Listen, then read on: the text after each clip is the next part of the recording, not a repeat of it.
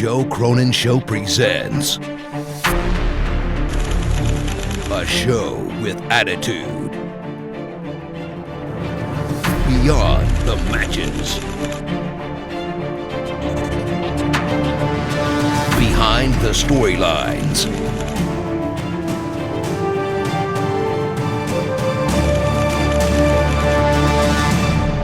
State of the WWE.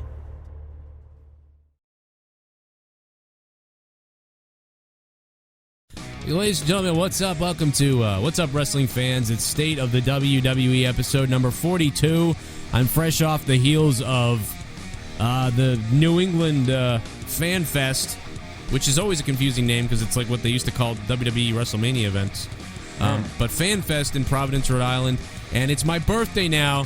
So happy birthday to me, Joe Cronin. This is the Joe Cronin Show. I'm here with the Dead on Dave, my podcast partner, who I wish that maybe next year we can get Dave at FanFest in Providence. Say chowder. Happy birthday. Yes. I wish I could have been there. Sorry, that was terrible. Yeah, I wish I could have been there, man. That would have been awesome, man. Fuck. Next year we're going to shoot for it and be great.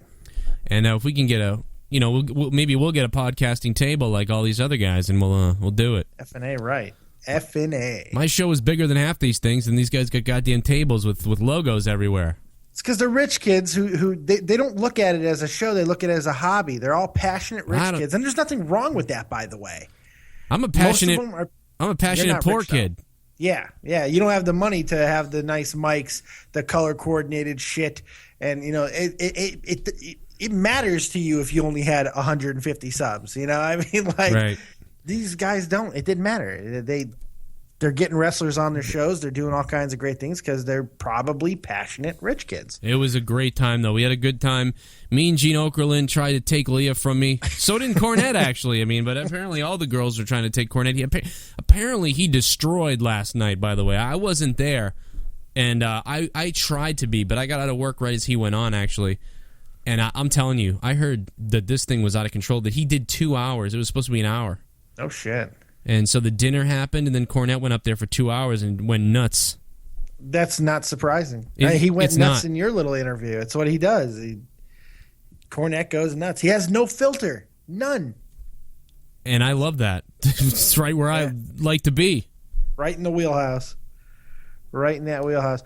It's not surprising that everyone tried to take Leah from you, because I'm guessing outside of like Maria, who is like, we're talking top 5 like hottest women in the world, Leah was probably the most attractive woman there by a long stretch, because Leah's gorgeous. There was a couple other half nude girls, but that was about it. Yeah, that she was she definitely like how I stroked the ego there. That was pretty good, wasn't it? Yeah, it was amazing. I'll tell her, and it probably happened because she got mentioned multiple times today. So, and even though one of the other guys in the liked her tattoo, so there was a couple mentioned. A couple people caught her tattoo. So. They're like, I like when you'd be like, hey, I like your tattoo. I like your ink work. Can I see any more? Do you have more? I want to see it. Let me see more. Show me more. Girls, I just figured out that the key is if a girl has a tattoo, it's great because it's a talking point right into their pants. So WWE, let's go here. Dolph Ziggler resigns. Lots of people thought he resigned. No. But no, he re-signed. You've been swerved, people. All the bullshit. He was never leaving. Right? I think I said it on this show last week. It doesn't make sense for him to leave. He might have wanted them to think he was leaving. And they're like, we got to lock him up. They're going to lock him up. And you know what? I don't think it's surprising, and maybe this is just me. He re-signs his contract the same week where finally him and Lana are getting interesting. Right. On SmackDown, it finally happened. They're starting the evolution of Lana. Do you think they were? I'm thinking like that he wasn't locked up and they didn't know, and that's why they weren't pushing this thing yet. Maybe they were like, go out there and don't have any chemistry. I don't think they said that. Don't have chemistry because no, but I think that they were like, let's not go too heavy into this thing because if he just leaves, what do we do with this? Very possible, but it could also just be that they were slow burning. And when he pulled down her bun on SmackDown, I was like, it was so subtle, it was so small of a gesture, but it was also very big because I think we all could see this is going to be going further into the transition of Lana, who's really toned down her makeup in recent weeks. I think she looks really natural and really pretty. And now with just the ponytail, I was losing my fucking mind. Oh, yeah. Losing my mind. I was like, oh, my God. Well, that's what you do. You know what I mean? You lose your mind to Lana. And she's going to be with him. I thought any second we could get the, she turns right away and is back with her. Do you think that she turns and goes back to Rusev, like, really soon, like within the next 2 months? Or is this going to be I see her staying face because they see her the same light. She's going to be a modern-day Sable for them. That's the way they see her. I really believe that. And that's why they're separating her from Rusev. They're going to have some sort of situation if Rusev's not going to be hurt for a long time, which I'm not sure anymore that he is since they're already starting to work the Summer Rae angle. But because I remember when the ankle injury happened, there were reports that like this could be career-threatening. It was that bad of an ankle injury. But he's still on television. And the fact that he's still crutching around makes me believe he's going to be back sooner rather than later. So I don't know. It's going to be interesting to see how they decide to do that. But I don't see her turning on Ziggler and going back heel. She's too over as a face. And I think if they continue to go with her evolution and letting the hair down and transitioning her more, she's just going to get more and more over. Wait until they put her in a T-shirt. Oof. Yeah, put her in a white one.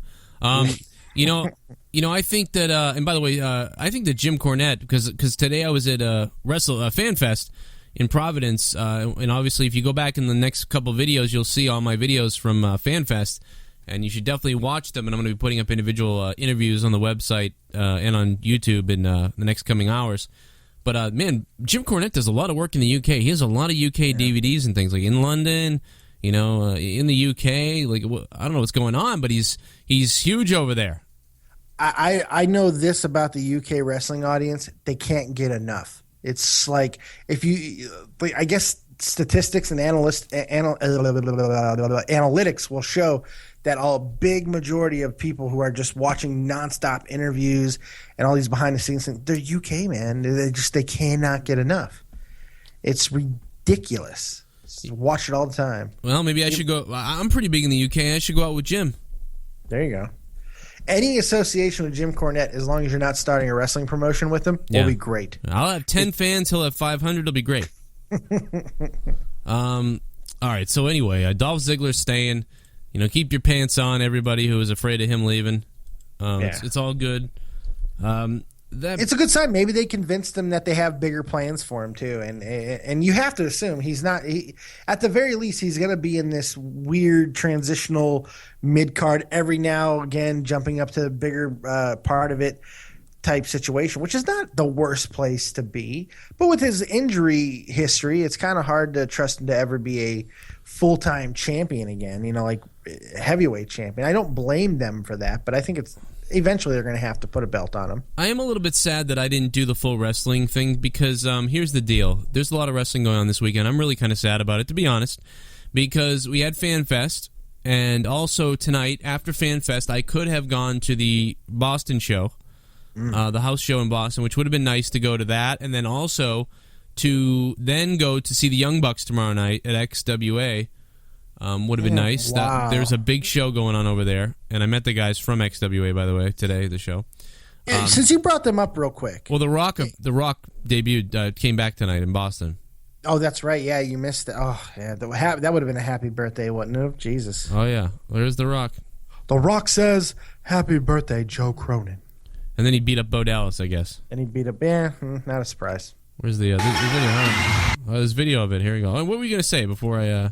I was going to ask you your opinion of the Young Bucks, but that's a different conversation. Oh my God! I mean, they're overdue. I mean, they're on a level that is, I mean, they're going to be they're legends. They're like indie legends right now. I mean, everybody throws their name. Their name is being name dropped everywhere. I was as I walked around today. I mean, obviously I know that already, but I was walking around, and I'm telling you, 4 or 5 different people at a booth. When I brought up independent wrestling and the scene now and how things are so bizarrely changing, and Maria told me that nobody in ROH had any idea that they were going to be on Destination America. It happened out of nowhere. She's like, there was that's what I hear too. Holy Christ, holy balls. But no, she named everybody name dropping the Young Bucks. So I mean, really. When you look at the scene, there's 1 or 2 people. I mean, there's people. Basically, they're just a team that should no longer be in the Indies now. I feel the way people may have felt about Kevin Owens like 5 years ago is kind of the deal with the Young Bucks now. I mean, do you think it's warranted criticism of the Young Bucks that they're basically glorified spot monkeys. Is that fair criticism, or do you think that they have more depth than that? I've been watching some of their matches lately. Yeah. And it seems like they do tend to be a 3 or 4, 5, 6 spot move a match type of team. Now, I don't know if that's fair to them, but I mean, it's something that I am seeing more and more over, and it's just like they have a pattern to their matches. And I'm wondering if that's the reason why they've been in the indie circuit. I don't know. You have, like Kevin Owens and Sami Zayn and a lot of these other guys, you can see them develop over years where, like, especially early days of like El Generico and Kevin Steen, where they were these matches that were just big spot matches, and then they would evolve over time, and you could see them learning crafts. It doesn't seem like the Young Bucks have developed that full arsenal of in-ring maneuvers. That might just one man's opinion. Well, you just became unpopular with a crew of people. But let me tell you, no, you know something though? I get what you're saying, and they may be playing it safe, and they also may be just doing the Hulk Hogan thing on the indies. You know what I mean? This is our skit. This is our shtick. Here we come and we do it, and we get paid for it. We get paid more than most other people for it. So maybe, I'm in no way, shape, or form saying that the Young Bucks are not a great tag team. By the way, that's not what I'm saying. I'm saying I'm trying to give it some kind of a reason why they're still on the indie scene. Because they are too good to be on the indie scene, but there has to be a reason for it. If there's money, you're not going to stay on the indie scene. So it's just, I don't know. I don't know. Maybe we'll try to get him on. We'll ask him. Like, what's up? Yeah. So Dave thinks you're spot monkeys. What do you have to say to Dave? We talked about, I talked to Maria about the Bullet Club everywhere. I mean, out of anybody, you know, it's funny, out of everybody I talked to tonight, as far as independent wrestling goes, and maybe it's because Maria is actually sort of, you know, really in the industry still compared to a lot of the people that I spoke with tonight. It was just good to get her take on some of that, the excitement for the indie scene and the changes that are going on and everything. It's a very interesting time. This is a really different thing that's going on. Wrestling has been kind of down for the last 3 years and going down, and now it's bizarre. It seems to be going up, but like the mid-level and low-level stuff is starting to do better. But the WWE is almost the same. Like, I don't know. I think WWE is starting to really hit another peak level going into SummerSlam. I feel that they've had some good shows as of late, and there's been some really good storyline development. But it does feel like there's a landscape change. It feels like something is shifting within the industry of how businesses and promotions are going about things. It seems like people are adapting and overcoming and changing their philosophies. And I think we're seeing that with Global Force Wrestling and TNA. Yeah, and it's crazy to watch it develop. It's like someone's birthing a kid here and watching the fetus grow. Guys, we'll be right back after this quick commercial break. All right, we're back. So yeah, everything is growing and changing, and it's really amazing. It's really cool, and I like where it's going.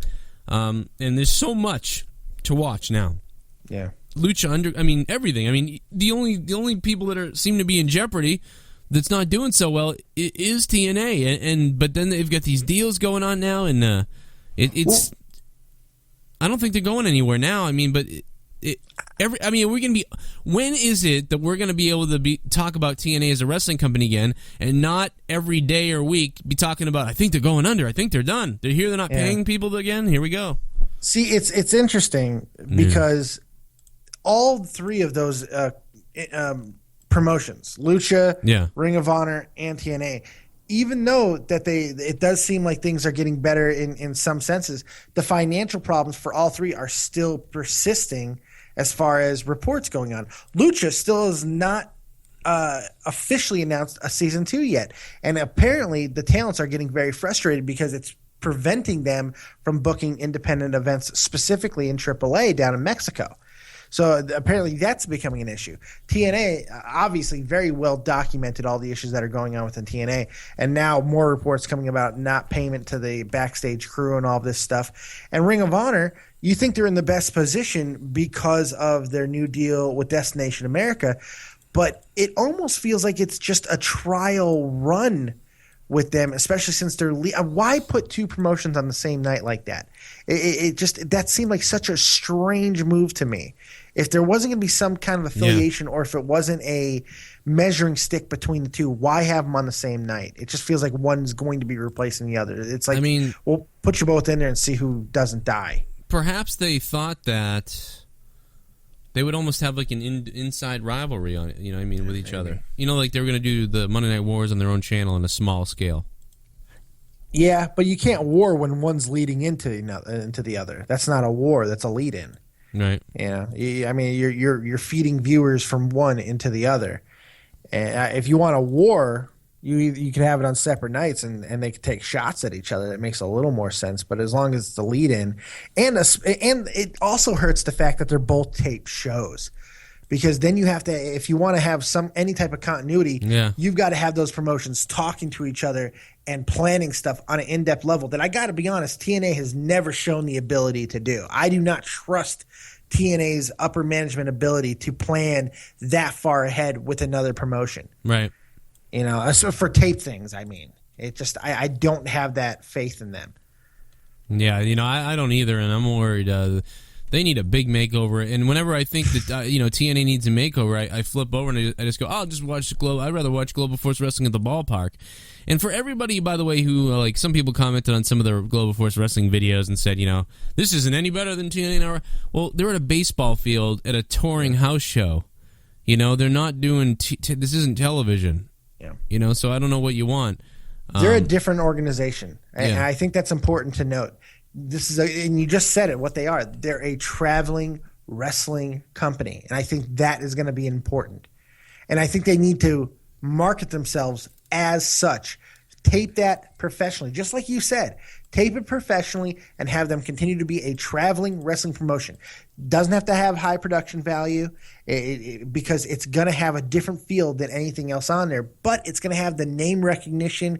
And if my hunch is correct about these TNA guys leaving, and if they end up in Global Force Wrestling like I think they're going to, they're going to have the star power and at least the recognition with the mid-level wrestling fan to really matter. Yeah, and it'll be interesting. It's just so fun to watch this all like grow. It's like watching a bunch of flowers starting to, you're planting the seeds and the stems are growing, and you're wondering if they're going to die or survive, or one's going to eat itself, or what the fuck is going to happen. It's great. Let me ask you a question. Yeah. Do you think a lot of this has to do with NXT?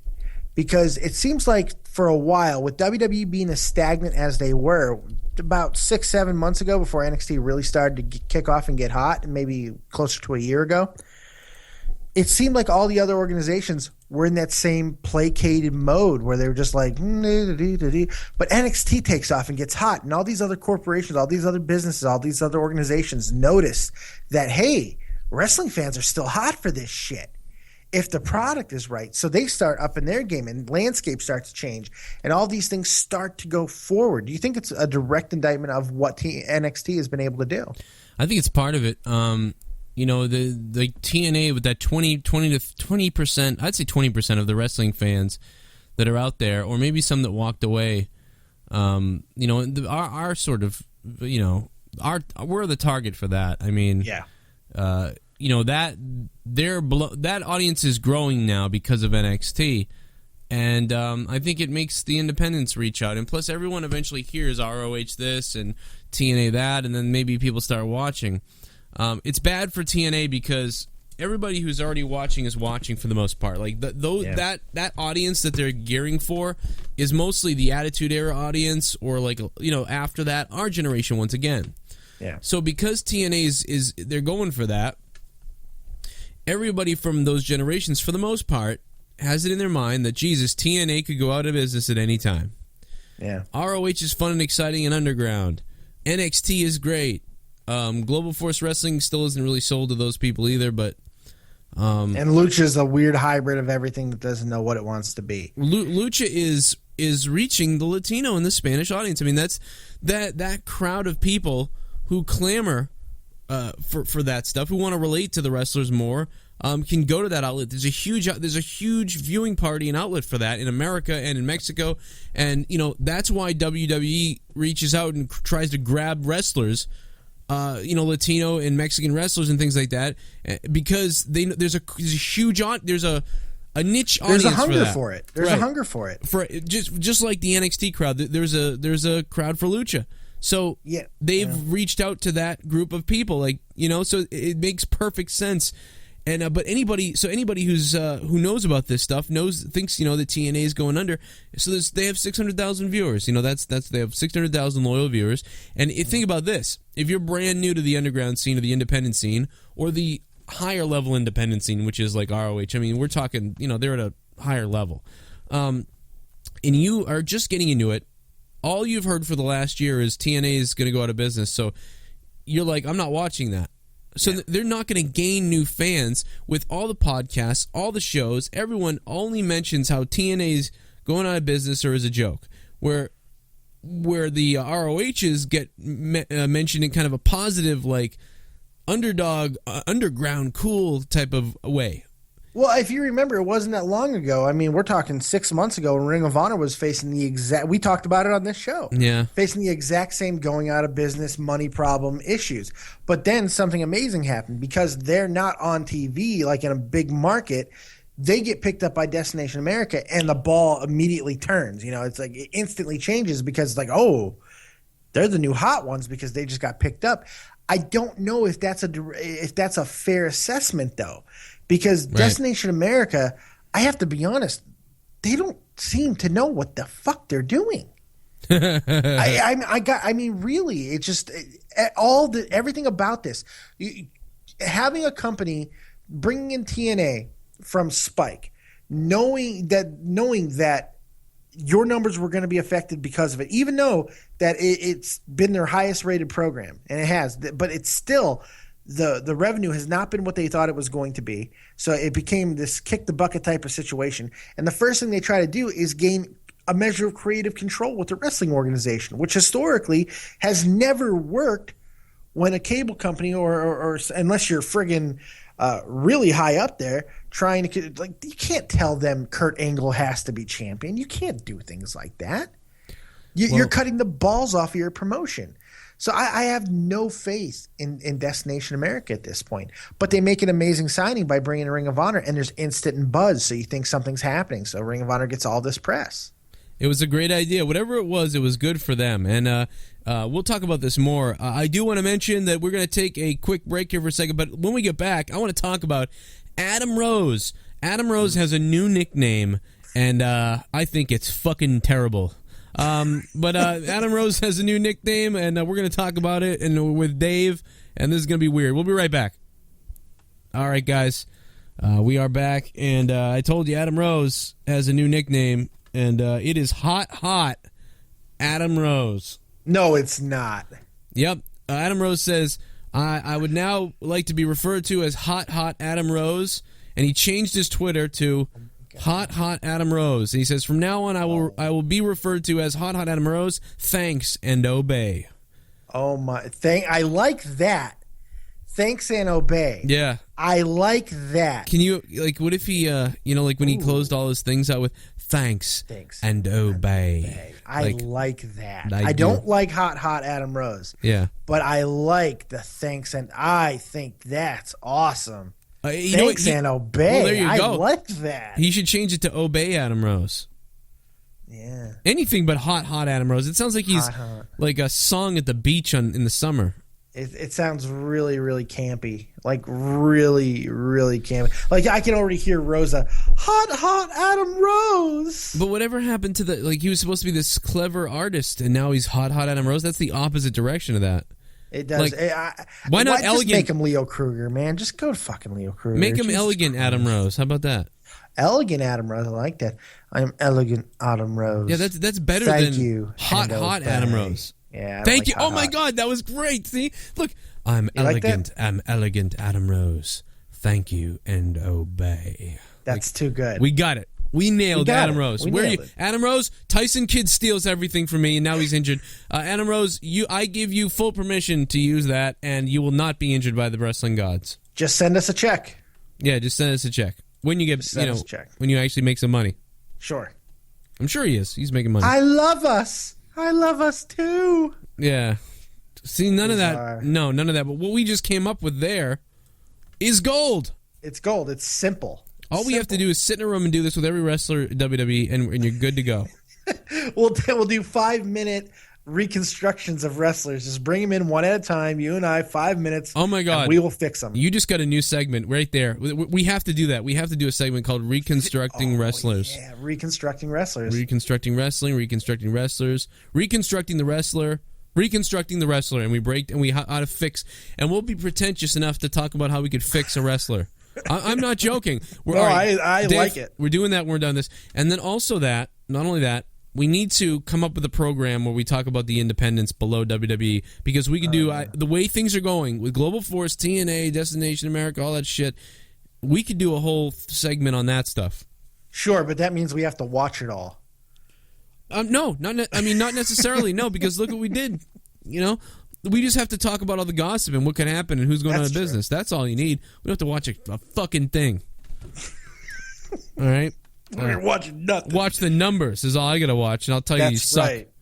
You watch the money roll in, and that's it. Watch the money roll in. I hope ROH does well. I really enjoyed talking to Maria too, and I think that fucking locker room is amazing over there. I'll tell you one thing about Maria that I've really noticed, because I've been watching more. And I'm and glad more she doesn't hate me too, because she is not a woman you want to hate. You do not want someone to hate you. She might be annoyed by me, but luckily she didn't hate me. She's really join sweet. the club, Maria. Fuck. She's so sweet. I mean, it was great. She is. Yeah. One thing I noticed about her and her little husband there. And her little husband there. What is? do I detect jealousy? Yes. Okay. Yes, you do. He took my wife. She's from Chicago. She should be with me. I didn't even introduce Leah to her. I was just like, here in my Yes. Thanks, Maria. Come on, peasant. And I whipped the mic cord.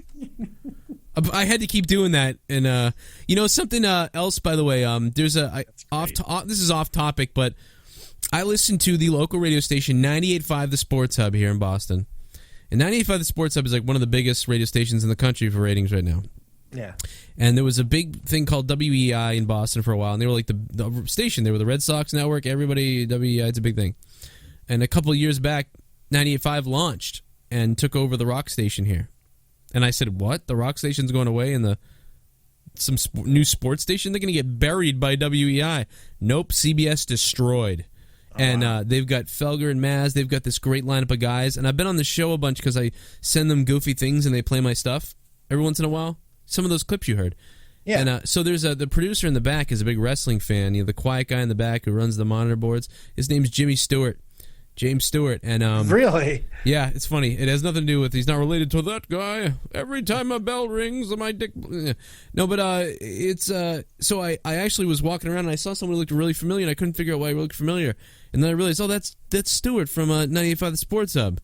And I walked up and I shook his hand. We started talking for a while, and I even brought up one of the videos that they put up on their show, and he remembered. He goes, "That was funny as hell," and we had a good talk and everything. I told him to hire me, but told him to hire me. The video I put up was Mark Bertrand, the afternoon guy. By the way, he's from the same town as me. He went, so it's kind of funny. I sort of knew who he was always because we live in the same city.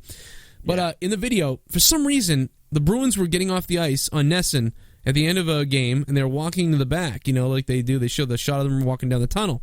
Sure. Mark Bertrand's sitting there with a press pass in the corner, like hidden kind of, and and as they walk by, he starts staring at them like they're asses.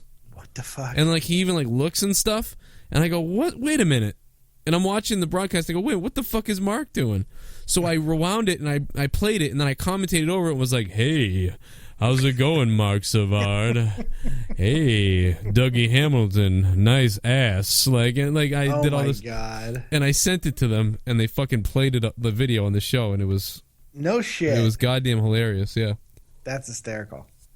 Anyway. That's hysterical. Back to Maria and wrestling. What I was trying to say about Maria and Mikey Bennett. Yes. The one thing that I did want to comment Talk about going off track, by the way. I know. I'm so good. Does anybody remember what we were talking about? Maria, her husband, Mike Bennett, and Dave called him Little, and because he's jealous, and here we go.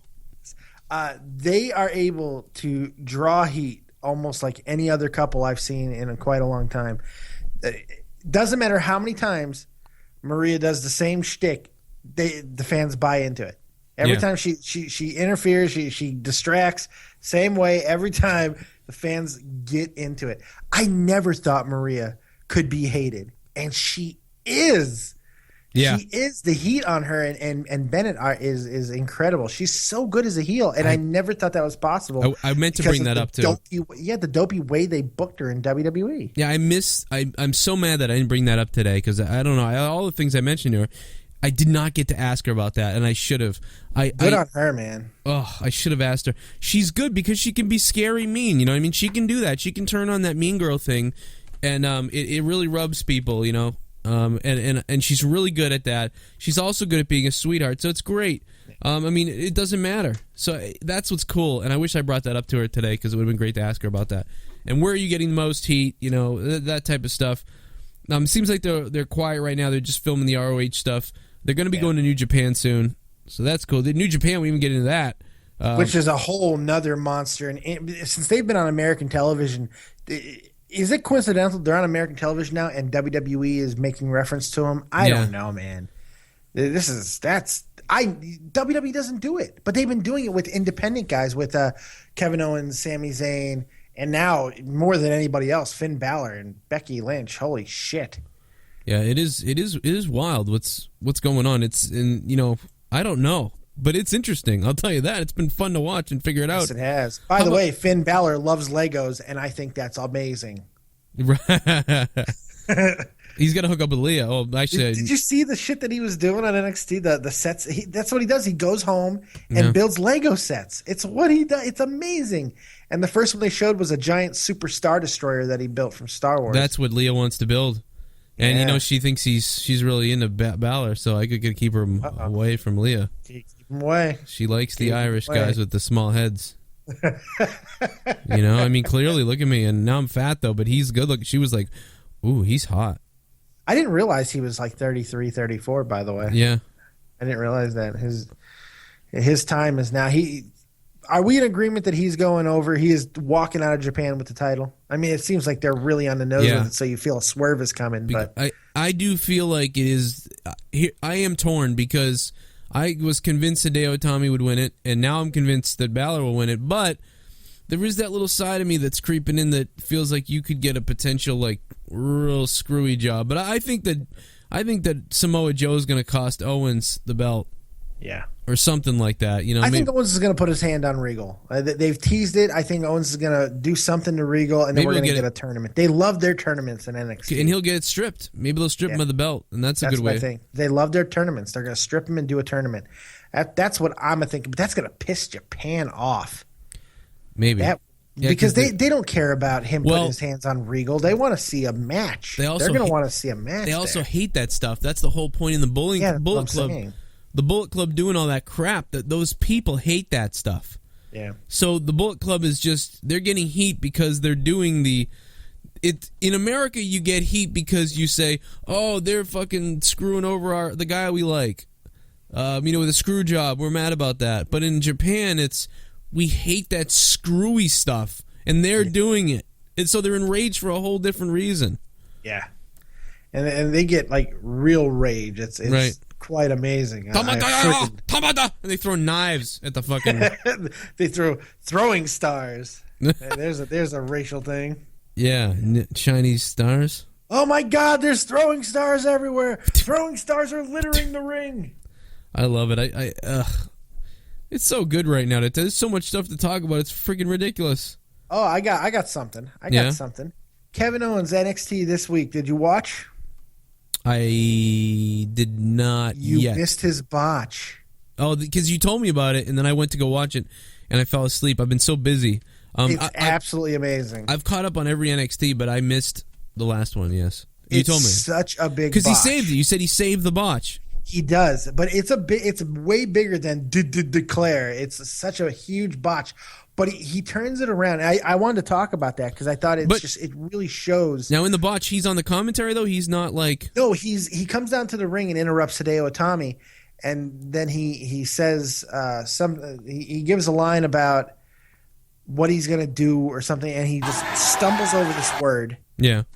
And then he's like, everybody's like, oh, like the whole crowd, and Hideo Itami even laughs at him, and he's like, I stumbled over my words so bad I sounded like Hideo trying to speak English, and everyone was like, oh! They sold it so well. The crowd was like, just blew up for it. That's awesome. He's a pro, man. He is an absolute. He does not get flustered by anything.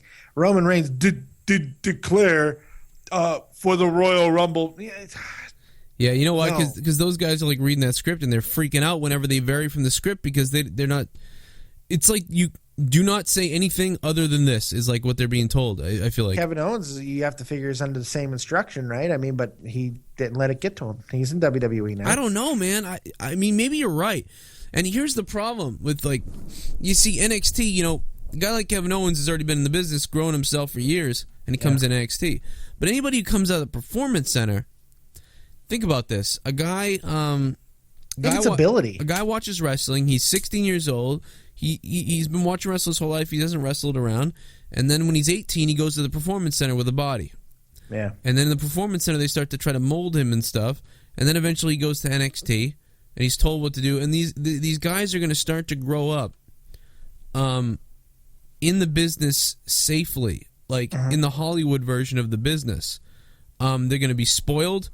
They're going to have to read from the script, and that's it. They're not going to be hard-edged, groomed, well-rounded, people with maybe some bad habits that get turned around by WWE. They're going to be this created by WWE thing, almost like like fucking produced like bullshit. Like it's not a natural grown product. It's artificial, and that's what some of those promos come off as. That's why Kevin Owens can jump and save something. It's why I can do it, and it's why Roman Reigns declare and then doesn't and screws up here or there, but he never goes back and mentions it or anything like that, or he never adapts it into what he's saying and acts like a human. He just keeps reading robotically from a script. Yeah, I think it's ability driven. I mean, you'd figure a guy like Roman Reigns, who is, let's face it, he grew up in one of the most legendary families in wrestling. I mean, the Anoa'i family. I mean, Jesus fucking Christ, man. The Usos can do it. The Usos can, I know the Usos can do it when they're given I mean, their whole thing is a rah type of we're the best type of we're cool, but they do that well. Yeah, they do, and it's just, that's why I think it's ability driven. Either you're able to do it, and WWE, instantly hones in on it and gives you the leeway, or you're not able to do it. So they overly script you because you're a goddamn frittata. Yeah, it's. I hate to put such a fine point on it, but I mean that's kind of what it is. I want to see Jim Cornette versus Paul Heyman.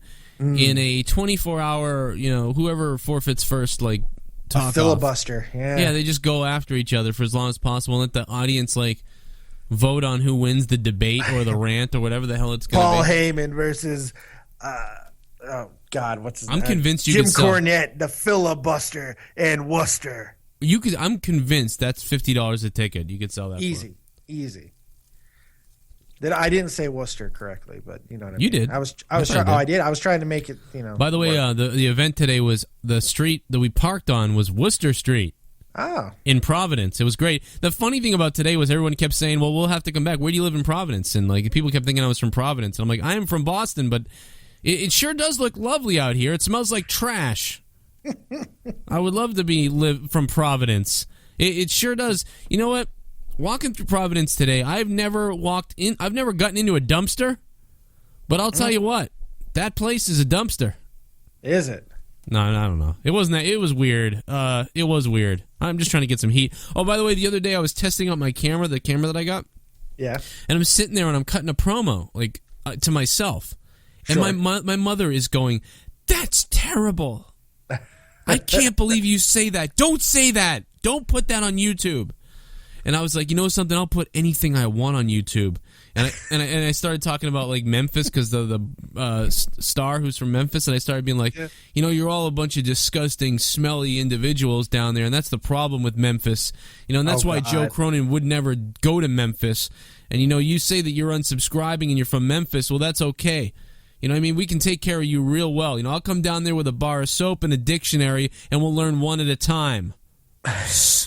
I'll spell soap, and then we'll talk about adjectives and verbs, and you're going to really love it when we get into the verbs. I think that's going to be something that you're going to really enjoy. How to move your hand with soap and how to rub it against your back so that you don't smell like trash.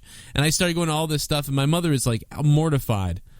And Memphis, Joe Cronin will conjugate your ass. I kept going into it, and she's freaking out, and so I kept going harder and harder on the camera because she's thinking I'm going to put this on, YouTube and things. So you're just trying to give your mom a heart attack at this point. And she's getting all worked up, and she started screaming at me, and I was like, Mom, it's like a joke. It's not real. She's like, people are not going to like that. And Leah's like, you don't understand. It's wrestling and heels, and like this is what he's. I'm like, see, I was like, this is why I want to get in front of a bingo hall. Yeah. Like, how about that for a tour, right? Get a camera, get me with a microphone. I'll go into bingo halls in front of all these older people, and wherever they're from, I'll just tear it all apart. Aggravating the Elderly by Joe Cronin. Yeah. Oh my God. And I'll be like, I appreciate everyone for being here in Florida. And you guys are all great. Obviously, a lot of white people here. I know the black people, we put them somewhere else in Florida, don't we? But anyway, it's just... Oh, my God. How many of you guys have life insurance? Raise your hand. Like, yeah, we got life insurance. Okay, good. You're going to need it. Down here in God's waiting room, Florida. You're going to need it.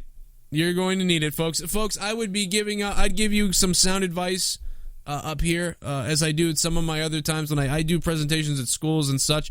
But because we're here, with you guys, I don't think you need any advice. You just need a lot of luck from the Big C, if you know what I mean. Don't want to get the Big C. You're one of those guys on a tour, like a ship, fucking cruise. Yeah. A cruise liner fucking entertainment. But it's funny because they'll be like, the amazing, and I'll... Because these homes, you know what I mean? When they do this stuff, there's like a schedule that they give them all, right. And then they start hanging. Sometimes they even hang signs in the little lobby. And I'll tell them, I'll call the place and be like, hey, I'll call the homes, and I'll be like, hey, my name is Joe Cronin. I'm an entertainer, and basically I do performances for the elderly. It's free. It's all charity work. I'm from a nonprofit thing, and I'd love to come down there and do some entertainment for the folks. Oh, yes, absolutely. Like, they would definitely take me, Oh, my God. And then I get there, and I just... the whole thing's up. 5 dead today at Joe Cronin's one-man show. All right. And so anyway, another thing, folks, that I like to do is interview you all, because I'll be the last person to ever interview you. You'll be on YouTube. All right, who had the fish today? Oh, that's just Martha's pussy. Oh, my God, yeah. You guys think this is bad? Wait till you find out I stole all of your pills. Oh, man. The mischievous Cronin switching up Ronnie and James's medications. How long before they'd start to wheel those people out of there or whatever, you know what I mean? 3 minutes. I want to see them start coming up like with the canes, like swatting at me and stuff. Oh, my God, getting just ransacked by elderly. Imagine if one of the older guys was really he just rolled back to his room, got a little gun that he had, and came back and his shot little me. Derringer. Yeah. And shot me and killed me. Guy was killed in an old folks' home. No, he'd shoot you one of those damn those single shot Derringers that has like the smallest bullets in the world. It gets stuck in your kneecap or something. Forever with a bullet in his knee. Folks, I think they got it wrong. It's great to be here in Sunrise, Florida, but I think they should call it Death Valley. Doing stuff like just stupid jokes like that. And you've got to get a drummer with you that just rim shots you all the time. Oh no, fuck it! I'll just have a button Do and I'll yourself. play it. Yeah, I'll just play. Oh yeah, I'll walk. Excuse me, and I'll walk up to the stage and then get behind the set and then come all the way back to get the microphone. What you do is you make a little harness to put a little snare drum and a cymbal on your fucking chest. So as you're talking, you just right off your chest.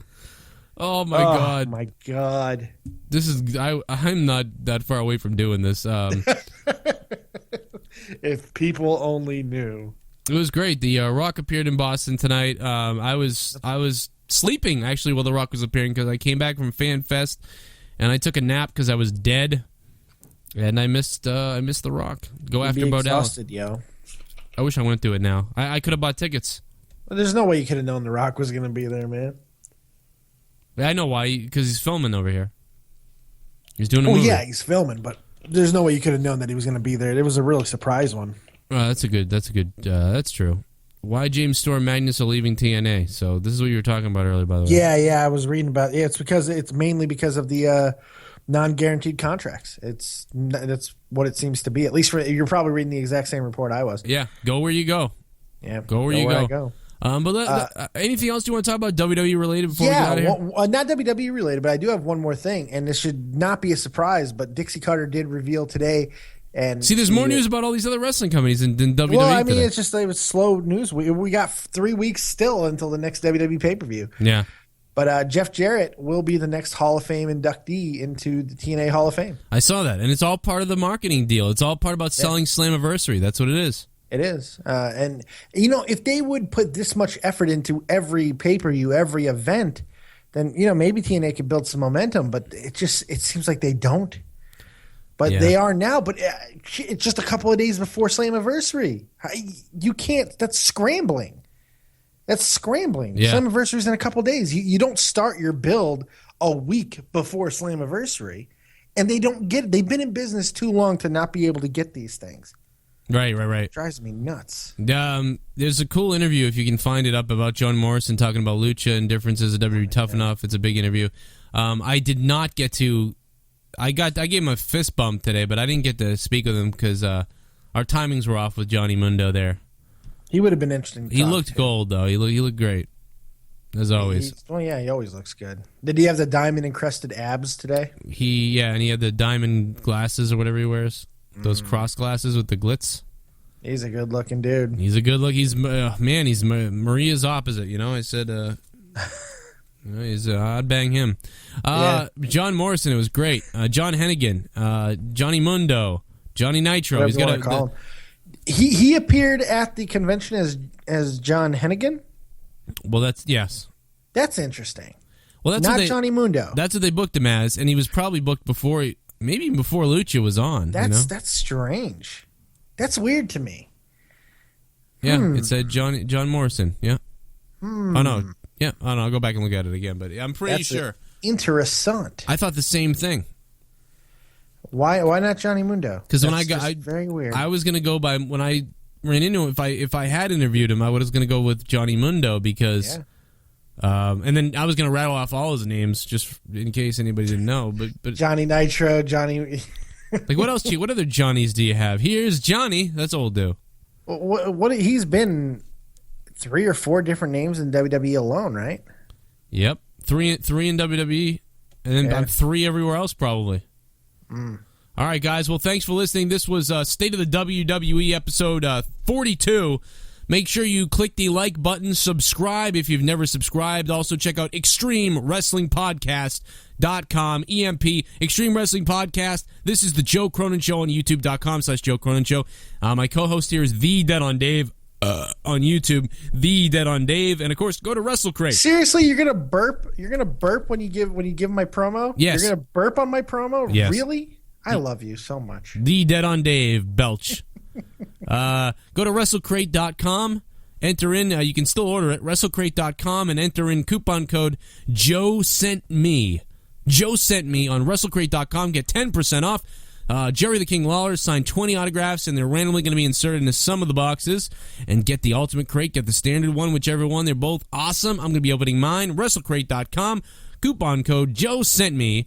And I also want to give a shout-out to a couple other people here, because that's what I do. Shout-outs happen, and they go all over the place, and we never stop mentioning other people. Like, blah, blah, blah, blah, blah. Where is it? Hold on a second. I lost it now. Fuck me. Fuck. I'm a big fan of blah, blah, blah, blah, blah. Huge fan. Do great work. Yeah, I have issues. Well, sometimes I have issues. Sometimes I don't. But check it out. The Sofa King Podcast. Our friends over at the Sofa King Podcast is a weekly show dedicated to pop culture, recent events, from conspiracy theories, Tommy C. would love that, and technology to the mass media in the future. The show explores 2 major issues per week. That way, that is simultaneously informative, critical, and humorous. Question everything and trust no one. Available on iTunes, Stitcher, SoundCloud, or your favorite smartphone podcast app. Go to www.sofakingpodcast.com. That's sofakingpodcast.com. And check them out.